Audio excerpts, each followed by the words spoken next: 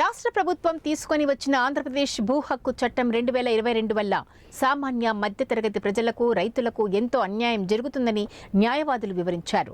ఈ చట్టం వల్ల రెవెన్యూ అధికారులకు భూమి సమస్యలను పరిష్కరించే అధికారాలు ఉంటాయని, దీంతో అధికారులు స్థానిక రాజకీయ నాయకుల ఒత్తిడితో అక్రమాలకు పాల్పడే అవకాశం ఉందని కర్నూలు నగరం న్యాయవాద సంఘాల నాయకులు తెలియజేశారు. రాష్ట్ర ప్రభుత్వం భూ హక్కు చట్టానికి సంబంధించి విడుదల చేసిన జీవో నెంబర్ 510ని వెంటనే రద్దు చేయాలని డిమాండ్ చేశారు. జీవో నెంబర్ 510ని రద్దు చేయాలని 5 రోజులుగా న్యాయవాదులు విధులను బహిష్కరించి కర్నూలులోని శ్రీకృష్ణదేవరాయల కూడలి వద్ద రిలే నిరాహార దీక్షలు చేపడుతున్నారు.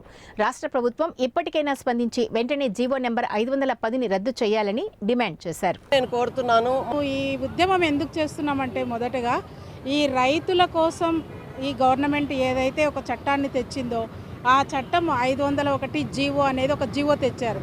ఏ జీవో కూడా గవర్నమెంట్ ఇష్యూ చేసినా కూడా ఆన్లైన్లో అప్లోడ్ చేయడం లేదు, అన్నీ కూడా రహస్యంగానే చేస్తున్నారు. ప్రస్తుతం ఈ జీవో ఎందుకు తెచ్చారనేది ప్రజలకు ఎవ్వరికీ తెలియదు. ఎంతసేపు లాయర్లు స్ట్రైక్ చేస్తున్నారు అని అంటున్నారు, కానీ ఎందుకు చేస్తున్నారు అనే విషయం ఎవ్వరికి కూడా తెలియడం లేదు. ఈ ప్రజల కోసమే మేము ఈ ఉద్యమం చేస్తున్నాము. ఎందుకంటే ఈ రైతులకు ఉన్న భూమిని ఏదైనా డిస్ప్యూట్స్ వచ్చాయంటే వాళ్ళు మొదటగా వచ్చేది కోర్టు మెట్టు ఎక్కుతారు. ఈ కోర్టు మెట్టు ఎక్కి వాళ్ళకి న్యాయం జరిగే వరకు పోరాడతారు.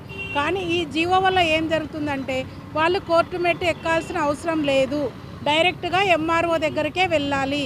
ఇప్పుడు ప్రస్తుతం జరిగేది ఏంటంటే, ఈ తహసీల్దార్ ఆఫీసులలో వెళ్ళి మా పొలం ఇది ఆన్లైన్ ఎక్కించండి, మాకు పట్టాదారు పాస్బుక్ ఇవ్వండి అని అంటే, వేరే వాడు వచ్చి ఒక అప్లికేషన్ పెట్టాడంటే ఇది డిస్ప్యూట్ ఉంది, టైటిల్ డిస్ప్యూటు, మీరు కోర్టుకి వెళ్ళి తెచ్చుకోండి అంటారు. వెంటనే వాళ్ళు కోర్టుకు వచ్చి కోర్టులో వేసుకుంటారు. అలాంటిది అసలు మీకు కోర్టులే అవసరం లేదు, ఎంఆర్ఓ దగ్గరికే వెళ్ళండి, తహసీల్దార్ ఆఫీస్లోనే చూసుకోండి అని అంటే వాళ్ళకి ఎక్కడ న్యాయం జరుగుతుంది?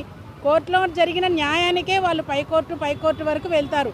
అలాంటిది ఎంఆర్ఓ ఆఫీస్కి వెళ్ళి వాడు ఏ రాజకీయ నాయకుడో చెప్పిందే చేస్తారు, అది రౌండ్ ఆఫ్ చేస్తారు.